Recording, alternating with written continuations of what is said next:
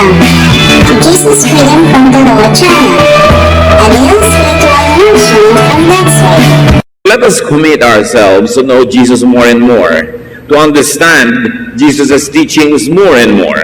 Ito po ang tema ng ating pag-aaral, pagdadagdag sa mga dati nang ipinaalam sa atin ng Panginoon at ngayon lalo pa nating hihilinging dagdagan niya. Water and light for new life. Tubig at liwanag. John 7:37 to 39, Jesus stood up and shouted, "If you are thirsty, come to me and drink. Have faith in me and you will have life-giving water flowing from deep inside you." Just as the scriptures say. Jesus was talking about the Holy Spirit who would be given to everyone that had faith in Him. So here Jesus offers life-giving water, water that flows from within. It's not dependent on outside sources or factor. It is self-sustaining and therefore it gives freedom. Jesus was talking about the gift, the ministry of the Holy Spirit to every believer. So the Holy Spirit quenches spiritual thirst. At wala na pong pagkauhaw na hihigit pa sa pagkauhaw na spiritual. Kung minsan marami tayong pangangailangan, marami tayong requirement, marami tayong reklamo sa buhay, ang totoo nun, kulang lang tayo sa spiritual drink.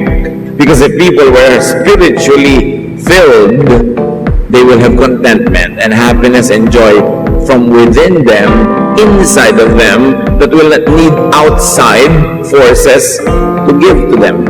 The Holy Spirit gives renewable, sustainable inner life. Marami mga tao maiinit ang ulo, masusungit, mahirap kasama dahil lang hindi spiritually filled. Pag ang tao ay puno spiritually o napapainom ng tubig na nanggagaling sa espiritu, mapagpatawad, walang masyadong reklamo sa buhay, madaling sumaya, madaling mapayapa, at madaling makontento. Kaya ang Holy Spirit ang pinakamagandang pumuno sa atin, hindi pera na pupuno sa ating bulsa, mga bagay na pupuno sa ating mga bahay, hindi mga medalyang pupuno sa ating dingding, kundi Holy Spirit. The Holy Spirit is given to those who believe in Jesus and ask. So unang-una, manalo sa Panginoon, tapos humingi ng Holy Spirit. Pag nananalangin tayo, madalas mga kapatid, parang shopping list. Give me this, give me that, I want this, I want that. Pero gaano kadalas humihingi tayo ng Holy Spirit? Yung Espiritu ng Diyos na namamahay, namumuhay, nakikiisa sa atin, sa loob mismo ng ating puso, sa ating pagkatao, sa ating kaluluwa. Na pagkakapisa natin at kasama ang Holy Spirit, madali tayong sumaya. Madaling tumahimik at pumayapa at hindi madaling guluhin. Having this spirituality is the hallmark and goal of true faith. Hindi nadadaan sa dami ng verses na alam, hindi nadadaan sa dami ng ministry na ginagawa, hindi nadadaan sa dami ng mga ambag at mga donasyon. Nalalaman ang tunay na nananalig kung siya ay may kapayapaan sa kalooban. May tunay na pagtitiwala sa Diyos. Hindi madaling maligalig. Kahit dumarating ang pinakamahihirap ng mga sitwasyon, nalalampasan ng may kalakipang pasalamat. Yun ang tunay na nagpapatotoong ikaw nga ay puspos ng Espiritu at nananalig sa Panginoon. Because the Holy Spirit brings contentment, peace, and joy. The Holy Spirit empowers and enlightens. Naliliwanagan tayo na nakikita natin kung alin ang tunay na mahalaga at hindi. Meron po mga tao na nilalagyan nila ng mga sticker, mga glow-in-the-dark stickers, ang mga bagay-bagay sa loob ng kanilang bahay. Halimbawa, maglalagay sila ng sticker na kulay pula, kulay asul, kulay dilaw, na kahit madilim ay umiilaw ito, para kung sakaling magkasunog, magkaroon ng tsunami, lumindol, magkaroon ng panganib na gumuho ang bahay, masunog o lumubog sa tubig, yung konting-konting kaya nilang dalhin, color-coded. Ang dadamputin lang nila yung mga pula. Napag-isipan na nila bago dumating yung emergency. Kasi pag may emergency, nakakalito na kung ano-ano na lang dadamputin mo. Pero dinidikitan na nila nito, napag-isipan nila kung alin ang mahalaga. Dahil may liwanag yung sticker na yun, alam nila kung anong mahalaga. Ngayon yung kaliwanagan na ibinibigay ng Espiritu, para rin tayo nakakapaglagay ng sticker sa bagay-bagay. Ano bang mahalaga? Ano bang mahalaga? Oras ko sa pamilya o ang overtime na dumami ang aking sweldo? Ano ba ang mahalaga? Makapagwagawa ako ng malaking bahay at magkaroon ko ng mga bagay-bagay pero ang tagal-tagal naman ay magkakahiwalay na mag-asawa at mag-anak. Ano bang mahalaga sa akin? Yung mapasaya ko ang aking partner sa buhay o manalo ako sa argumento, dapat may sticker lahat yan. Alin ang tunay na mahalaga? At yung liwanag na nagmumula sa Espiritu ang nagbibigay sa atin ng tunay na mahalaga. Ano bang mahalaga? Malamangan ko ang aking kapwa o mapasaya ko siya? Ano bang mahalaga? Matakot siya sa akin o mahalin niya ako? Ano ba ang tunay na importante sa buhay? At yung Espiritu na nasa ating puso ang nagbibigay ng kaliwanagan para huwag tayong mabaliw, huwag tayong malito, at huwag tayong madaya ng sanlibutan na maglagay ng very important stickers sa mga bagay na hindi naman talaga mahalaga. John 7:40-44. When the crowd heard Jesus say this, some of them said, "He must be the prophet." Others said, "He is the Messiah." Others even said, "Can't the Messiah come from Galilee?" The scriptures say that the Messiah will come from the family of King David. Doesn't this mean that he will be born in David's hometown of Bethlehem? The people started taking sides against each other because of Jesus. Some of them wanted to arrest him, but no one laid a hand on him. Parang ngayon din, nagtatalo-talo ang mga tao tungkol sa kanilang mga mumunting, mga butil-butil na mga paniniwala tungkol kay Jesus at sa pag-i-interpret nila kay Jesus. So some people sense the spiritual message and power of Jesus, but they began to argue. Many miss the point because they get embroiled in religious issues. Kahit sa atin ngayon mga kapatid, kahit ilang taon ka maging mananampalataya at sumasamba o umaattend ng mga Bible study, you can also miss the point. In fact, the more you get involved with religious issues and details, the more possibility there is that you miss the bigger picture, that you miss Jesus. Kaya ang mahalaga, lagi ka nagfo-focus, sino si Jesus? Ano ba ang turo niya? Ano ang mahalaga? The reading and application of Scripture could really be divisive, tulad ng nakita natin. Nakikinig sila kay Jesus, ang nauwian ay pag-aaway at pagtatalo, imbes pagkakaisa. Why? Because metaphors and symbolisms in the Bible are open to many interpretations. Reading and interpretation could be colored by bias or agenda. Ang pagpapakahulugan naman talaga natin sa mga bagay, kung minsan ay kinukulayan ng gusto nating makita, ng ayaw nating marinig, o kinukulayan ng ating mga ipinagigiitang mga paksa sa buhay, o mga inaasahan natin at gusto nating mangyari, o uwian ng pag-uusap o ng ating buhay mismo. Kaya natural lang na magkakaroon ng mga differences sa religious opinion. Tanggapin na lang natin yun na hindi na yun nare-resolve. Ang mahalaga lang, hindi ka nananakit ng kapwa, hindi ka naninira, hindi ka nakikipagkagalit dahil lang magkakaiba kayo ng interpretasyon. Sinong makapagsasabi kung alin nga ba ang tama? Pero may makakapagsabi kung alin ang mali. Yung mapanakit, mapanira, mapang-away, mapagmataas, mapaghusga, mali yun. Kahit ano pang interpretation mo o ano pang hermeneutics mo, ano pang theology mo, kung ganda ng ugali mo at asal, mali yun. John 7:45-49. When the temple police returned to the chief priests and Pharisees, they were asked, "Why didn't you bring Jesus here?" They answered, "No one has ever spoken like that man." The Pharisees said to them, "Have you also been fooled?" No, not one of the chief priests or the Pharisees has faith in him. And these people who don't know the law are under God's curse anyway. So inutusan ng mga religious leaders ang kanilang pulis na dakpin si Jesus dahil sa mga pagtuturo, pero walang nangahas na dakpin si Jesus dahil sobrang ganda magturo. At nung hanapin ng mga religious leaders sa kanilang mga pulis, o nasa na yung pinapa-aresto namin? Abi, kakaiba po siya magturo. Wala po kaming narinig na ganun kagaling magturo. Para na rin lang sinabing, sa inyo hindi po namin narinig yung magagandang bagay na narinig namin sa kanya. So bakit namin na-arestuhin? Sabi, nalin lang na rin pala kayo ng Jesus na yan. Wala sa amin ng mga religious leaders at experts ang naniniwala sa kanya. At yung mga naniniwala sa kanya, hayaan na nga sila. Total, sinumpa naman sila ng Diyos. Kaya hayaan na sila sa kanilang mga kamangmangan. Yun ang binanggit ng mga religious leaders na ito. Take note that the religious establishment had police power and they did police work, which was dangerous. Ang mga bagay na pinaniniwalaan, ang mga bagay ng pananampalataya, ay hindi marapat na ipilit sa iba sa pamamagitan ng dahas. Faith must be surrendered voluntarily. It cannot be enforced by the police. Pero ganoon na ang kinahinatnan ng relihiyon sa Israel. Sobrang na-develop ang religion nila na may mga pulis na manghuhuli sa may ibang pananalig, mga ibang mga interpretasyon at mga ibang mga katuruan. Doon na umuwi ang kanilang pananalig. Hindi na, this is my faith. Nangyari na, this is my faith, therefore this must also be your faith. This is my interpretation, therefore this must also be your interpretation. Otherwise, I will use my police powers to arrest you and to even kill you. At sabi nila, di naman kami naniniwala sa Jesus na yan. But remember what Jesus said?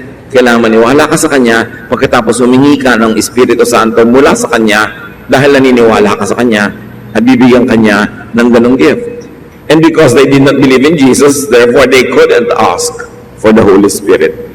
Therefore they would never understand. They would never have the peace and the contentment. They will be forever angry and afraid, nervous, and therefore they would always use their police powers to hurt others.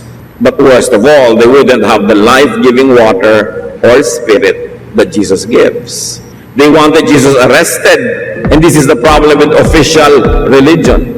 It is sad that there are still many countries in the world na mayroong official religion. Lahat dapat ng mamamayan doon, isa lang ang relihiyon, at pag meron kang ibang pananalig, ikukulong ka at pwede kang patayin. At ito ang sinisikap sa maraming mga bansa na mga relihiyoso na magkaroon sila ng political power, magkaroon sila ng police power, na dapat hindi bigyan ng espasyo sa isang malayang lipunan. Tunay, dapat nating unahin ang ating pananalig, dapat nabigyan ng super pahalaga ang ating pananalig sa Diyos, pero dapat walang relihiyon na merong police powers, walang relihiyon na merong kapangyarihan na usigin, parusahan ang mga hindi nananalig sa kanyang mga katuruan. Ang hindi pananalig sa isang relihiyon ay hindi nangangahulog ang hindi pananalig sa Diyos. At ang pagsunod sa isang relihiyon ay hindi automatic na ibig sabihin pagsunod mo na sa Diyos. Magkaiba ang Diyos at ang relihiyon. Ang relihiyon ay ruta, daan, hagdan, patungo sa Diyos. Pero maaaring may mga iba pang mga pamamaraan at daan. Walang relihiyon na pwedeng magsabing kami lang ang daan sa Diyos. Sino mang nagsasabi niyan ay dapat unang-unay pagdudahan. Kasi sinolo na nila ang pagpunta sa Diyos at ikinagagalak pa nila lahat na mapapahamak na hindi sasali sa kanila. Nagiging mayabang patuloy sila at proud. Lahat tayo ay nagsisikap, pero tayo mga tao lang, sino ang tunay na nakakatiyak na siya nga ang tama. At the end of the day, ang titingnan ng Panginoon, hindi kung talagang tamang-tama ka o maling-mali ka, kundi ano ang laman ng iyong puso, anong intention mo. Talaga bang sincere ka sa paghahanap, na kaya lang dahil tao ka, may mga kulang, may mga konting mali, o sa paghahanap mo ay sinikap mo ng paniwalain ng sarili mo at iba na ikaw lang ang nakakakita ng tamang daan at hinuhusgahan mo na yung iba, yun ang tiyak na mali. You can never be always sure about what is right, but you can be sure about what is wrong. That which is destructive, that which is unkind, that which puts you above other people, that makes you judgmental and self-righteous, that is always wrong no matter what your religion is. Kaya madaling malaman ang mali. Yung maghanap sa tama, talagang malaking challenge para sa ating lahat. At dapat hindi ka nakakarating sa punto ang yabang-yabang mong akala mo tama ka na nga. Doubt anybody who says, I know the truth and only I know it. The religious power brokers missed the point during Jesus' time, and it also happens even now. Why? Because they are focused on maintaining the system. Sino man ang gagawin niyang Diyos-Diyosan, yung kanilang relihiyon, yung kanilang sistema, yung kanilang method, yung kanilang paraan, maaaring mabulag sa katotohanan dahil binulag na siya ng kanyang pangunguna at kagustuhang mangibabaw ang kanyang pamamaraan. The deep message of Jesus was revolutionary. The religious people of this time were traditional. Surely they were on collision course. Conflict was bound to happen soon. New ang message ng Panginoon, new ang kanyang method, new ang kanyang style, and people who are sticking to the old ways, old systems, syempre magbabanggaan yon. John 8:2-5. At ang kwentong ito ay gasgas na sa ating mga kwento, pero hanapan muli natin ang panibagong mensahe. Then early the next morning, he went to the temple. The people came to him, and he sat down and started teaching them. The Pharisees and the teachers of the law of Moses brought in a woman who had been caught in bed with a man who wasn't her husband. They made her stand in the middle of the crowd. Then they said, Teacher, this woman was caught sleeping with a man who isn't her husband. The law of Moses teaches that a woman like this should be stoned to death. What do you say? Ito na naman yung ilang beses na nating pinag-aaralang babaeng nahuli na nagkakaroon ng relasyon sa isang lalaking di niya asawa. So, because the temple had police powers, therefore they arrested the woman. Imagine what was done in private is now being made public. And there was a one-sided trial. Only the woman was arrested, not the man. What was on trial here and who was on trial? First of all, the woman, but she was the least on trial. Akala natin siya ang tunay na nasa sakdal, pero hindi. On trial was Jesus and His teachings on the life-giving Spirit. Kaya doon nila kay Jesus para si Jesus ang litisin at subukan kung anong sasabihin niya at hinahanapan nila ng mali. Pero ang tunay na nasa sakdal dito, as far as the eyes of heaven are concerned, it was the religious establishment that was on trial. Anong uri ng doktrina? Anong uri ng hermeneutics or interpretation? Ang magpapatigas sa puso ng lahat na ang isang babaeng gumagawa ng isang bagay sa kanyang silid, isang bagay na siguradong hindi naman niya ipinagmamalaki at pinagmamapuri, isang bagay na gusto niyang ilihim, maaaring isang bagay na hindi naman niya gustong gawin pero napipilitan siyang gawin. She could have been a prostitute. She could have been a very demented and tormented woman who is now finding either livelihood or comfort by selling her body. This is not something that a woman will be proud of. It is something that you do in hiding, in secret, to preserve little remnants of your personal dignity. Pero anong uri ng pagpapatigas ng puso sa relihiyon ang pwedeng magturo at mag-udyok sa mga leaders na kaladkarin ang isang babae mula sa kanyang silid, ibilad siya sa plaza sa gitna ng lahat, ibalandra sa lahat ang kanyang mga kasalanan at litisin siya sa harap ng lahat na ang tanging layunin ay siya ay mapatawan ng parusa at pagkatapos ay kaladkarin siya sa libis ng bayan at batuhin hanggang mamatay. Tell me, what kind of religion is that? Anong uri ng kabanalan ang magbubunyi na ang isang makasalanan ay mabunyag, mapahiya at patayin pa? Ano man ang iyong pananalig, ano man ang iyong doktrina, gaano man kalaki ang daladala mong scripture, hindi ka pwedeng matawag na makadiyos kung magagawa mo ito sa iyong kapwa-tao kahit pa siya makasalanan. Kaya ang tunay na nasa sakdal, the religious system of the people. And then, nasa sakdal yung magiging stand ni Jesus. Anong gagawin niya sa babaeng ito? Sapagkat nagtuturo siya ng pagmamahal, pag-ibig, pagpapatawad. Tapos anong gagawin niya? Kailangan niyang pumili the law or goodness and kindness to a very weak person, a woman caught in adultery. John 8:6. They asked Jesus this question because they wanted to test Him and bring some charge against Him. But Jesus simply bent over and started writing on the ground with His finger. Hindi binili ni Jesus ang tinda nila na issue. Jesus' answer was silence and scribbles. Very mysterious. Sa pagpapatuloy, John 8:7-9. And this is the heart of the story. They kept on asking about the woman. Finally, He stood up and said, "If any one of you have never sinned, then go ahead and throw the first stone at her." Once again, they bent over and began writing on the ground. The people left one by one, beginning with the oldest. So Jesus did not directly challenge the law. The law said this kind of woman must be stoned to death. And if Jesus thought that the law was really godly and from God, He would have implemented it. But He did not. But He did not directly go against the law. Instead, He gave the full decision, the discretion to the people. Sabi, o sige, ang walang kasalanan, mauna nang bumato. At isa-isa, binitawan ang mga tao ang hawak nilang bato. At isa-isa silang nag-uwian sa buhay. Sa buhay na dati nilang kilala, pero ngayon, maiiba na sila. Because Jesus laid down another law. Hindi napapansin natin that Jesus laid down another law here. Ang nakuukit lang sa atin, 10 commandments, but here is a new law that Jesus laid down, His spiritual law, on who is qualified to accuse and judge a sinner. No other than the sinless. So ang bagong batas, yun lang sinless ang pwedeng mag-judge. Paano natin i-apply sa buhay natin ito? Pag may nabalitaan tayong, "Hoy, si sister pala may kalon niya.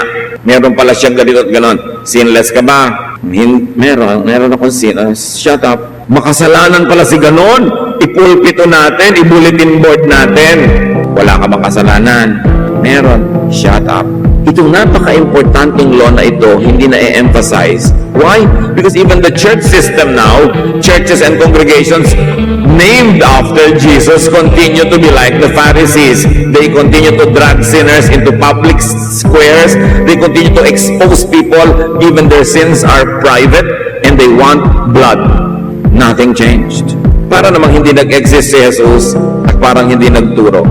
In effect, with this action, Jesus invalidated the existing system of his time. Then the people understood. They judged themselves. That's why they disappeared from the court. Isa-isang nawala sila doon sa hukuman dahil sabi ni Jesus, before you judge another person, judge yourself. And if you think and find yourself to be sinless, then go ahead and judge another person. Walang nangahas kasi lahat naman alam nila na makasalanan din sila. So sila ang nag-judge sa sarili. So according to Jesus, this is the new law. Only the sinless could judge sinners. Pakiulit nyo sa katabi nyo ang buong sentence. Go. Tatandaan nyo yan, ha? Kaya pag may mga gusto mag-judge, sister, sinless ka ba? Shut up, bigla yan. Ikaw may gusto kang i-judge. Sinless ba ako? Only the sinless could judge sinners. Therefore, who could judge? Only God. Hindi pwede mag-judge ang iba. Ang church, shelter. Ang church, refuge. Hospital, hindi hukuman. So stop judging one another. Hanggang tayo, nanguhusga pa ng kapwa, wala ka pang totoong Pasko. Wala ka pang totoong new life, at wala ka pang totoong New Year. Because Jesus laid a very important law, and the church doesn't even want to pay attention to it. Only the sinless can judge. John 8, 9-11. Finally, Jesus and the woman were there alone. Jesus stood up and asked her, where is everyone? Isn't there anyone left to accuse you? No, sir, the woman answered. Then Jesus told her, I am not going to accuse you either. You may go now, but don't sin anymore. Si Jesus na walang kasalanan na pwede mag-judge, hindi rin nag-judge. And by doing that, tinanggalan niya tayo lahat ng ni katiting na karapatan na mag-judge ng iba. If only the sinless could judge, and Jesus the sinless did not even judge, who are we to judge one another? It's the most dramatic one-on-one. Jesus asked, did anyone qualify to be your judge? And Jesus declared, I'm not going to accuse you either, although I am qualified. And by that one single action, Jesus disqualified everyone else from judging. John 3:17, God did not send his Son into the world to condemn its people. He sent him to save them. And this story of this woman is a great metaphor. The religious system wanted to condemn the woman. Jesus saved her. So kung talaga maka-Jesus ka, dapat kasama ka doon sa nagsisave, hindi sa nagko-condemn. Ikaw yung nagtatakip sa kahubaran ng kapwa. Hindi ikaw yung nagtatanggal ng kaunting natitira nilang damit para lubos mo silang ibunyag at ihayag at ipahiya. If you really have Jesus in your heart, you will do what Jesus did. You will not judge. The Jesus ministry is teach so people will have faith in Him to the point of asking for the Holy Spirit, the living water. Mga kapatid, lagi nating isama sa ating panalangin, give us more of the Holy Spirit. Mas makaunawa kami, mas lumiwanag ang aming isip, mas makita namin ang katotohanan. The Jesus ministry is not to judge. Why will it be the business of the church to judge? Para litisin ang isang board of elders, ang isang makasalanan. Sino sila para manglitis? Wala ba silang kasalanan? Sino ka para ipaakyat yan sa entablado ang isang nagkasala at ibunyag sa lahat ng kasalanan niya at ipahiya siya? This is very un-Jesus. This is very Pharisaic. The Jesus ministry is to admonish people to stop sinning for their own sake. Hindi sinabi ni Jesus sa babaeng, tumigil ka na magkasala para masyahan yung mga tao. So niya, tigilan mo na yan. Pero ano talagang kahulugan? Hanapin mo yung tunay na ikaw, yung tunay na kahulugan ng buhay, yung igalang mo sa sarili mo. Huwag kang gumawa ng ganyang mga bagay para sa sarili mong kapakanan. Hindi para palabas sa mga tao, kundi para sa kalooban mo mismo, tahimik ka. It's not for legalism, not for show, not for outward reasons. The Jesus ministry is to correct religious error and to cut religious abuse, which exactly was what He did. Yung iba ng mga religyoso ngayon, gusto pa mas magkaroon sila ng kapangyarihan para mas makapang-abuse pa. Tinatakot nila ang mga tao sa lipunan na sila dapat ang masunod, yung gusto nilang masunod, idikta mga doktrina nila sa buong bayan. This is ungodly. It's evil. To to impose your beliefs on others. Pwede kang magturo, kung naniwala sila, sumunod din sila. Pero para pilitin mo sila, takutin mo sila, to coerce people into towing the line and obeying your religious whims, it is not of Jesus. John 8:12. Once again, Jesus spoke to the people. This time He said, I am the light of the world. Follow me and you won't be walking in the dark. You will have the light that gives life. Sino ba sinusunod ng mga tao nung araw? Yung religious establishment? Sabi ni Lord, follow me so you will not walk in the dark. Ibig sabihin, people who were following this religious system were walking in the dark. And they are so darkened in their minds that they think that they are the truth, that they have the truth, and that they are the light of the world. When Jesus says, in fact, you are in darkness. You must be liberated. In context, what the living water and light is about is self-judgment. Kung tunay na pinananahanan ka ng Espiritong Banal at may bumubukal na buhay na tubig sa iyong puso, ang una mo laging ginagawa, self-judgment, not judgment of others. Conscious ka sa iyong mga kasalanan at mga pagkukulang, lagi kang gustong magpatuwid sa Panginoon, magbayad ng utang, ituwid ang mali, at tigilan ng paggawa ng masama. Hindi yung kapwa mong binabantayan mo, at kung gusto mo siyang pigilin, dapat ang sarili natin. The Holy Spirit is about non-accusation, non-judgment of others.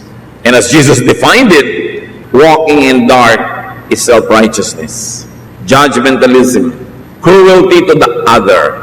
Yung hindi ikaw, yung hindi mo ka-church, yung hindi mo kamag-anak, cruelty to the other, cruelty to the non-conformist. At hindi ba madalas pinaparusahan natin yung hindi sumasang-ayon sa atin? Walking in the dark means religious imposition. You teach what you believe, you model it, you show it, you explain it to those who like to hear, but you don't impose it on people. They must have the freedom of choice. So who walks in the darkness by the standards of Jesus? The religious people of His time. And the religious people of many other times in history that are like those who were in Jesus' time. So John 8:13-15, the Pharisees objected. You are the only one speaking for yourself, and what you say isn't true. Jesus replied, even if I do speak for myself, what I say is true. You judge in the same way that everyone else does, but I don't judge anyone. Again, the religious raise a legal matter, they ignore the real message, and they pass judgment on Jesus again.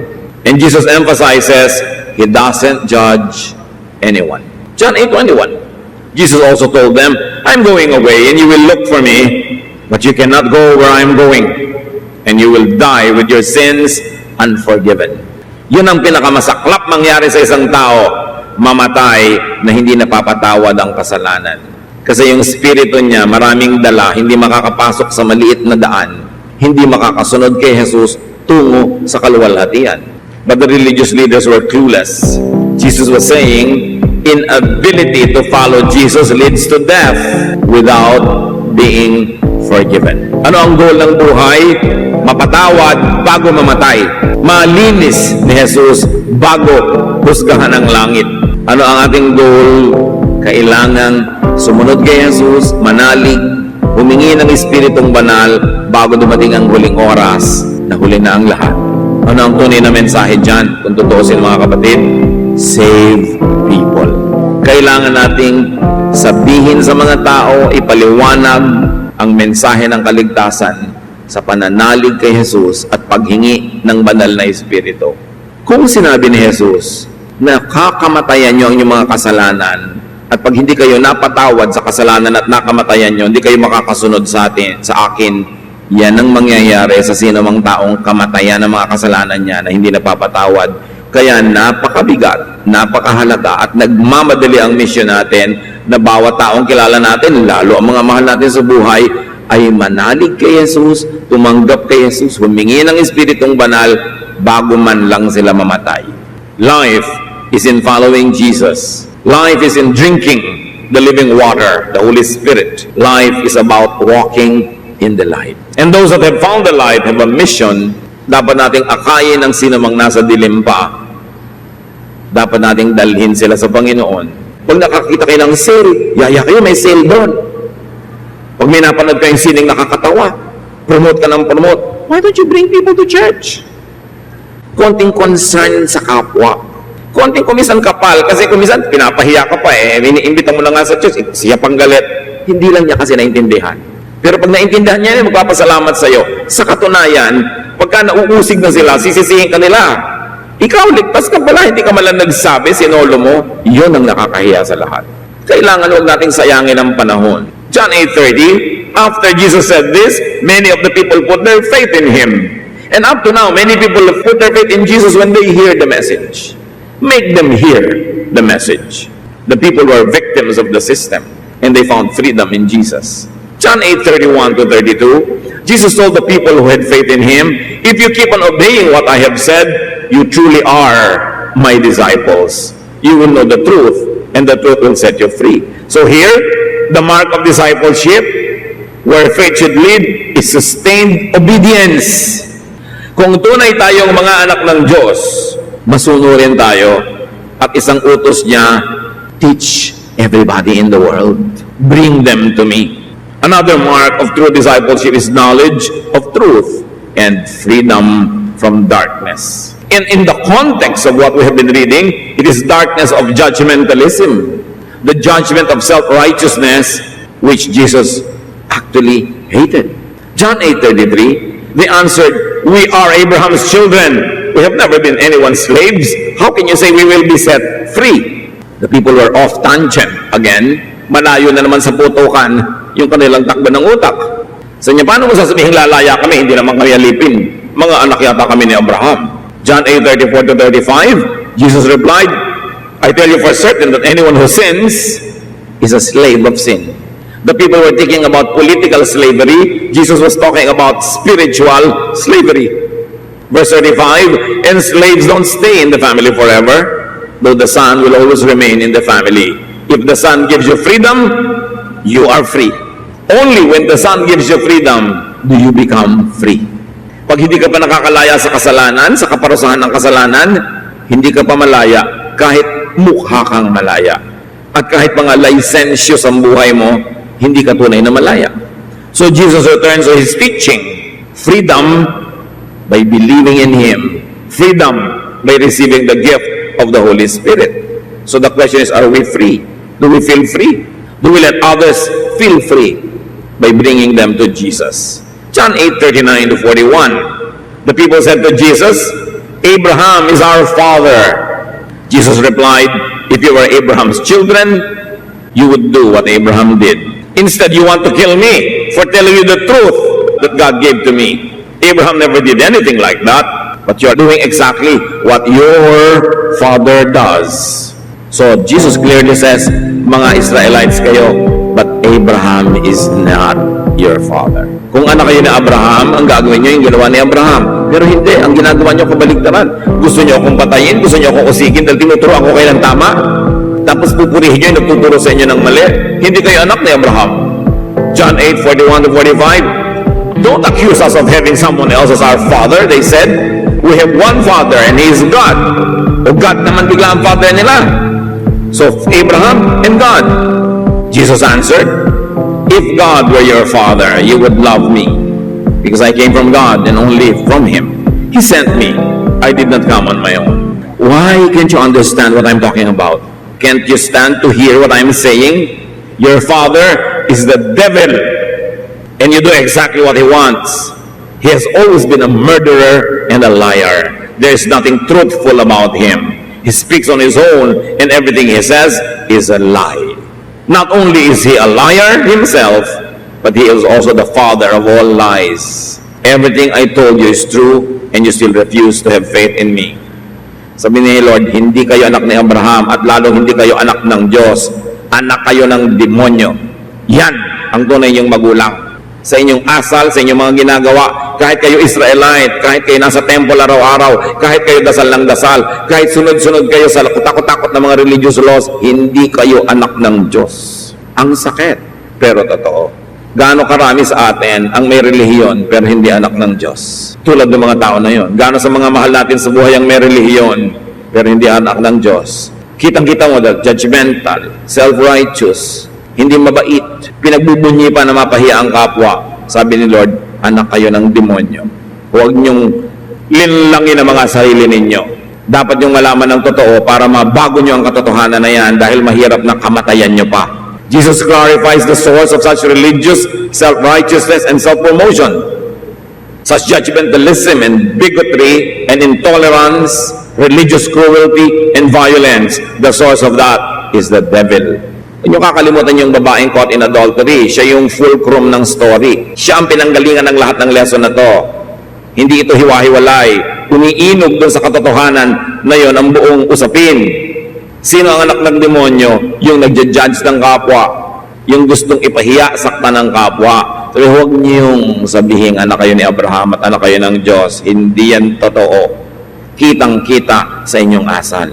In spite of your religion. Mga kapatid, huwag tayong mga papalinlang na kung member ka na ng isang church, member ka na isang religion, anak ka na nga ng Diyos, hindi nadadaan sa membership yan. Yan ay personal relationship with God. Jesus effectively says that the devil is the father of the errors of the religious establishment. Can you imagine that? That the religious are wrong, thinking of themselves as children of God, as children of Abraham. Jesus effectively says that the devil is the source of such religious error. Great errors would come from the religious establishment. Horrible errors would come from misguided religion. Mas pag-ingatan ng relihiyon kaysa secularism. Mas maraming nabubulid sa impyerno dahil sa mali at maluktot na pananalig kaysa sa walang pinananaligan. Mas masama ang ginagawa ng mga taong relihiyoso kung sa palagay nila, ikinatutuwa ng Diyos yung ginagawa nila. Nawawalan sila ng konsyensya, nawawalan ng habag sa kapwa. Dapat nating siyasatin ang ganitong mga bagay. Jesus did not condemn the usual sinners of his time, not even the woman caught in adultery, but he rebuked the self-righteous and the judgmental religious people. So let's follow Jesus in his example. Jesus taught and inspired people into self-appraisal and self-judgment. Let us follow Jesus in this area. Laging sarili ang sinusukat, sarili lang ang hinuhusgahan para maituwid. Jesus condemned the religious hypocrisy and cruelty and labeled such as the work of the devil. The work of this woman caught in adultery did not even merit being called of the devil by Jesus. Suriin natin, yung babaeng huling-huli sa pangangalo niya, ni hindi tinawag ni Lord na children or child of the devil. Pero yung mga relihiyoso na humuhusga, yun ang tinawag niyang child of the devil. Hindi ba malinaw yun? Ang linaw-linaw. Dapat nating kilalanin si Jesus, hindi yung Jesus ng relihiyon, yung Jesus ng Biblia, yung Jesus ng Scriptures, yung Jesus ng Gospels, yun ang kilalanin. Hindi yung Jesus na dinirekorasyon na, nilagyan ng makeup, nilagyan ng costume ng simbahan, na iba na ng naiba. Yung Jesus na ang sinasabi, yung gustong sabihin ng mga religious leaders, yung Jesus na ipinagagawa sa mga tao ay actually yung mga gustong ipagawa ng mga religious leaders. Go back to the Jesus of the Gospels, not the Jesus of the church. Because even the church, and I don't mean any particular religious denomination, the church has learned to use and abuse and exploit Jesus, and they exploit and use and abuse people in the name of Jesus. You have to go back to the Jesus of the Gospel. You've got to bring Christ back to Christianity dahil ligaw na rin kahit Christianity. Dapat balikan si Jesus na itinuro talaga ng Biblia. How are believers to deal with the sin of others? Sabi ni Jesus, do not accuse, do not judge, do not punish. It's for God to do it. Now apply this to personal and moral sin, not to social sin. Halimbawa, yung sin mo, treasurer ka ng gobyerno, nagkamali ka, aba dapat ka managot publicly. Kasi hindi naman private sin yung sin mo eh. Public yon. It's a sin against all of us, against the money of all of us. It's against the trust of every voter or everybody who trusted the elected official who appointed this official. Public sin yon. Therefore, public official ka, accountable ka talaga dapat mag-declare ng iyong assets and liabilities. Public official ka, accountable ka talaga to the Commission on Audit. Pero yung ginagawa mo sa katawan mo, sa loob ng kwarto mo is your personal business and it's no one's business. It's private. Hindi ka answerable sa aming lahat sa ginagawa mo personally. Pero answerable ka kung may paluwagan, naghulog kaming lahat, tapos nung ikaw na yung magbabayad sa amin na wala ka, answerable ka doon. Kasi public sin yun. How are believers to deal with their own sins and sinfulness? Measure and judge yourself, not others. This qualifies you to have new life in Jesus. Hindi lang new eternal life. Kailangan din natin baguhin ang ating lifestyle. New lifestyle, new ways of thinking. How do we think of people? How do we think about people? It's what we think of people inside our minds that counts, because that is where God dwells, in our hearts, in our minds. We've got to have the Jesus water and light. More of Jesus, less of religious garbage. Kailangan nating sariwain si Jesus sa ating buhay. New life means new self-assessment, turning to God, godliness, and non-judgmental of others. Ang tagal-tagal na, nasa Bible naman lahat yan. Bakit hindi na ididiin? At ang naididiin ay yung judgmentalism, yung self-righteousness, which results in hypocrisy. Because when people judge you, you hide your true self, you wear a mask, you become a hypocrite. We should encourage each other to be free, so we can encourage each other to be healed. But how can you be healed when you hide your disease? And why will you not hide if you're going to be judged just because you have a disease? Importante, sa panibago ng commitment natin sa Panginoon, dagdagan pa natin ang bagong pagkaunawa kung anong ibig sabihin ng manalig at sumunod kay Jesus. Diyos namin sa langit, dagdagan mo pong karunungan namin para hindi lang yung usual ang lagi naming maipamuhay, kundi yung mga totoo, natago sa maraming panahon, ang sariwain namin at gawing totoo sa aming buhay. Teach us to rediscover your Son, Jesus, through the Gospels. Teach us to know your Son through His teachings, not through what people say about Him, but what He said Himself. Ituro mo sa amin, Lord, manumbalik sa iyong anak na si Jesus. Pagbulay-bulayan natin ang mga salitang ito at suriin natin ang ating mga sarili. Huwag na tayong magdala ng dati natin mga gawi, lalong-lalo yung judgmentalism, self-righteousness. These are not of Jesus. This is of the devil. Lord, turuan niyo kami. Magbuhin ang aming sarili. Maging mahigpit kami sa sarili namin pero hindi sa kapwa. Bantayan namin at sukatin ang sarili pero hindi ang kapwa. Teach us to be like your Son. At turuan mo rin kami, Panginoon, na mamuhay tulad ng babaeng sinabihang sin no more. Talikuran namin mga kasalanan. Linisin ang aming buhay. At huwag naming tuksuhin ang kapwa namin na maging judgmental at self-righteous dahil sa pag-display namin ng buhay namin na ang totoo ay dapat ituwid at dapat ikahiya. Turuan niyo kami, Panginoon, na maging accountable to our brothers and sisters so that our life and our lifestyle will not cause them to stumble. But all of us, O Lord, teach us not to be judgmental, even of people who think to be wrong or beneath us. Lead us, teach us, so that we will continue to have an ever-renewing heart. In silence, hear the voice of God and what God wants us to apply in our personal lives.